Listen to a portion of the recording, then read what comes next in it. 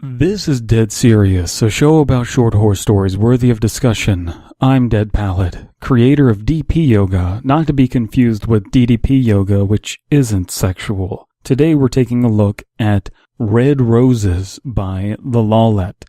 This story is a patron suggestion, written by our patrons, so bear in mind that as we go through this story.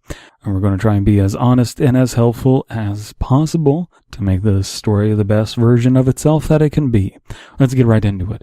I first met Mrs. Patricia Wilkinson a few weeks after my parents and I moved to Maison from Joliet, and a few days after that she became my favorite and only babysitter. It's not like I was a bad kid. I didn't cause more trouble than any other 9-year-old. It's just that my town was so small that there weren't a whole lot of people with free time after their jobs or school. I don't remember too much about when I first met her, but what I do remember is that Mrs. Wilkinson had a huge garden in her backyard. That's what she said. Being a boy, that's what she said, in second grade, I didn't really appreciate the beauty of all of the different colors of flowers, and I would have rather had been watching Rugrats or playing my Genesis back home. I had a feeling Mrs. Wilkinson knew this, mostly because she would bribe me with slices of freshly baked cake or a trip to McDonald's if I helped her with tending to her plants.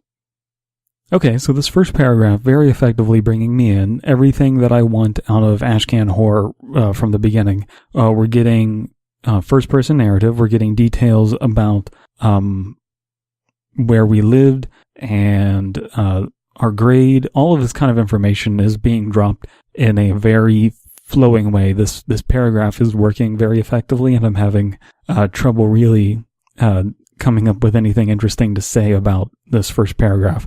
I think it's just doing what it needs to set up the story. Moving on. Over the years, I learned a lot about the gray-haired lady who lived just down the street from me. Patricia Wilkinson was married to a man named George in 1967, just before he was sent out to Vietnam. They never had any children, which he blamed on the war turning her husband into a completely different person. When he came back, he was cold and more cynical about life. George became a heavy drinker, and in 1975, he left Mrs. Wilkinson in the middle of the night after telling her that he loved her. Okay, all of this is perfect setup, everything that I would expect from a real life, down-to-earth horror story. My question is, how do we know this information? I think that I'm very impatient in that way. I want to know those kind of things right off the bat. Did you learn this after the fact? Because I'm assuming. Never mind. I'm fucking illiterate. It says over the years. Okay. Moving on. By the time I hit 8th grade, around the time my parents had decided that I didn't need an adult to stay with me until they came home from work, I had started to actually enjoy working with Mrs. Wilkinson's roses. She had taught me exactly where to prune, how much water to give each plant, and when the right time was to cut them and place them in her favorite green glass vase. Instead of going to a club or getting into sports, after school I'd grab my bag and head to Mrs. Wilkinson's every day after class for her special botany classes. What do you mean by botany classes? Are you going to plant your tiny seeds? Again, very tight writing. I don't feel that there's any wasted space here. We're getting a lot of very important exposition, and it's flowing well. So I'm having trouble really giving some sort of analysis to this. But let's press on until we get something that I can actually talk about. Around high school was when I started to go to Mrs. Wilkinson's a little less. I visited her once a week, but had started to take an interest in other things than flowers, namely girls. My man. Patricia understood, telling me that she was young once too, and that a good kid like me better find a nice girl to spend time with. However, being the stupid teenager I was, I started dating Becky Reeves. Oh, that fucking bitch Becky Reeves. What a cunt she is. Becky Reeves was beautiful to say the least. Long blonde hair, hazel eyes. Little typo there. You got hazel eyes, comma, no space, and a smile that made me melt with the second she flashed it at me. But I'll admit that she was a fucking horrible person. I know, everyone talks about Becky Reeves in that way. She was a gold digger, but I honestly didn't care at the time, since we had a prenup, since she made it up to me in ellipses other ways. I really thought Becky and I were meant to be, but once, again, I was a stupid teenager, and it took me until my senior year to find out she was cheating on me. I was in a pretty dark place after that. My parents had really had no idea of how they could help me, but Mrs. Wilkinson tried to help me take my mind off things by asking me to tend to her flowers like always. Okay, so flowers are a happy place for our narrator. We're taking our narrator back to that happy place. I really like that. So that's our way to get our mind off of that bitch Becky Reeves. Again, this is hitting a lot of checkpoints for what I want out of a story. Not necessarily what makes a good story, but what makes an ashcan story for sure. Because we're starting off talking about where we grew up and what we did as a child to waste our time, the conditions that we were put in, the conditions of Patricia Wilkinson, how her garden looks, why we stopped paying attention to Mrs. Wilkinson, and why we're now returning to her. All of this, and the cheating and all of this kind of stuff, Mr. Wilkinson walking out after Vietnam. Again, all of this is just real world trauma. This is my crack. I love this kind of stuff. It's really hard to sound genuine about these things when someone's giving me money. It's an odd position I've put myself in, but I really do like this story, and I would try and critique it as harshly as I could if there was something I could pick apart about it. The rest of my high school career went smoothly, thanks in part to Becky going to California for spring break that year and deciding not to come back. Her parents called me a few nights before classes were back in session and asked me if I knew where she was staying, but I had no real way of helping them since I had left her before December, and I really didn't care. Because fuck Becky Reeves. Okay, so this is a bizarre turn of events. I hope that whatever has happened to Becky Reeves in this scenario is related to the core story, because that feels like a Chekhov gun of sorts. Like, she's gone away, so it's got to relate to the other things that we've brought up here. Otherwise, that'd be sort of really bizarre, and I would ask for it to be justified in some way. Those kinds of things happen in real life. A weird series of unfortunate events, but let's press on, see how this turns out for us. Graduation came and my parents offered Patricia a ticket to the ceremony. She was delighted, and I could see her beaming from her seat next to my father. It was at this point that I realized I was more than the snotty kid from down the street for her. Between the advice about moving on after I left Becky and when she gave me roses to give to a different girl who had asked if she could go to prom with me, I finally figured out that the sweet little old lady who taught me about gardening was really a grandmother to me. No, the last time I saw Mrs. Wilkinson and her red roses was also the last day I spent at my parents' house. I went over to tell her about how I was going to Northwestern University and how I was going for a doctorate in botany. I'd never seen an old lady actually get up and jump for joy before, and I was honestly scared she would break a hip. Thankfully, the only thing she broke out was a bottle of wine for a toast to me and my future as Dr. Jonathan Grant, Ph.D., in botanical science. I'm assuming, since that's been typed there, that we are reciting the story as Jonathan Grant, Ph.D. in botanical science. I like that. Again, all of the sweet and the sour of the story is just so down to earth. If you recited these words to another person, they wouldn't feel as though you're telling them a story. a fictional story. It would sound as though you're telling them a real story. Besides the fact that we're kind of glossing over where that bitch Becky Reeves went to, outside of that, the rest of this feels so... You wouldn't have your interest piqued at all. You would just be sitting there with your fist on your cheeks like, okay, yeah, move on with the story. Let's keep going. And that's the kind of story I enjoy.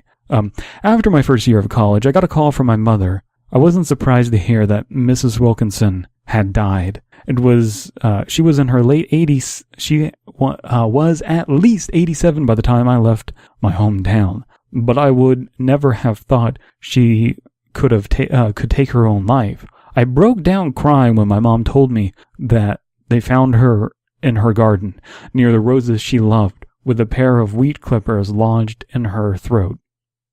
The thought of what she had done to herself made me numb, and I told my mom that I'd be heading back as soon as I could. It took me about a day to get back, both my parents telling me how sorry they are that this happened, and that they were there if I needed to talk. I couldn't talk about it, though. I couldn't think of what to say. Patricia was my friend, the closest thing to a grandmother that I had, and she had taken herself out of my life. So, point of interest is that she took her own life not long after Jonathan Grant, potential botanical science doctor, left for college. So that maybe there's this feeling of like, I passed on my information to someone else and now we can move on to the other world or whatever. That's interesting. Also of note is that she decided to kill herself in her own garden, which was probably where she was at peace the most, I'm sure that this is very upsetting for people who have lost a grandmother close to them or a figure like that. And honestly, it's something that I have trouble with because I haven't gone through many deaths in my life. So I feel as though if you have someone like that this story is going to hit closer to home, obviously. The funeral seemed to go by so quickly that I can barely remember it at all. My parents and I were the only ones there aside from a priest. Mrs. Wilkinson was apparently an only child with no living relatives. Her last will reflected that too, since she left her house to me. As much as I would love to keep it, it was honestly all too much. College loans aside, I couldn't live in a house within a few feet of where that wonderful old lady had taken her own life. Selling the place was my only choice, which meant spending more time in town and more time in that empty house. That's kind of bizarre. Wouldn't you just left for college, presumably you're, 18, 19 years old? Wouldn't you just kind of like have your parents do that for you, like sell your house? Like, Mom, Dad, I don't know how to sell a house. Maybe that'll be addressed though. It was a few weeks in that I saw the dead rose bush. The flowers were shriveled up and black as wet dirt. I went into the house, brought a pair of gardening gloves and a shovel, and went out prying the dead flower bush from the dirt that it clung to. It felt like it took hours. The roots seemed to be deep down and thick in the hard dirt. I haven't read ahead here, but I'm gonna go out on a limb and say that we've buried the husband, and we've buried Becky Reeves, that conniving two-timing bitch. I am 100% sure that that's what's going to happen. Finally, I gave one last tug with my gloved hands, ripping the wood and dead flowers from their bed, along with a dirty, soiled-caked human skull. Fucking yes. Yes, the story, fucking yes. I threw it to the ground and ran inside to call the police. The cops spent days pulling out each and every bunch, bush, and bed of flowers out of the dirt. But only the rose bush near the back porch marked the graves. I remember planting one bush with Mrs. Wilkinson when I was helping her. Another improper comma. And that's when the officers found Becky fucking Reeves. She had never made it to Cali for spring break, and George Wilkinson never left that night in 1975. They were all here under the red rose bush that lined the back porch where Mrs. Wilkinson and I ate her favorite German chocolate cake after helping her water them for the first time. Okay, so we still have a little more to go on this story. This is definitely a horror story, right? But it has this positive vibe about it. Not every horror story needs to be doom and gloom, because horror sometimes is just the subject matter, right? Man, this is I can't hide how happy I am with this story. I live in Brycel now, in a house with a nice big backyard, as big as Mrs. Wilkinson's backyard. I have a loving wife who also has a big backyard, and a beautiful 9-year-old daughter. We're not going to talk about her backyard, and a quite large garden with a single red rose bush. My wife asked me once why I only planted one bush near the fence rather than 2 or 3. I told her the truth. I don't have the right fertilizer. After she asked what kind I needed, all I could think about was the night I found her with my best friend, and how 9 months after my little girl was born. What? Oh, shit. I'll see you, baby, I answered. I'll get some next week. Oh, fuck. Another twist. Fucking hell. Oh, man, the story's fucking solid. 10 out of 10. Like it. It's good. Yes. So go look at this on toospooky.com, under the Your Creepypasta area. Red Roses. Hopefully you've been reading along. If you haven't, fuck you. Go check out my Patreon just to get your story critiqued. And today's sponsor is Mila Jovovich's nipples. Mila Jovovich's nipples. They're weird, but I could work with them.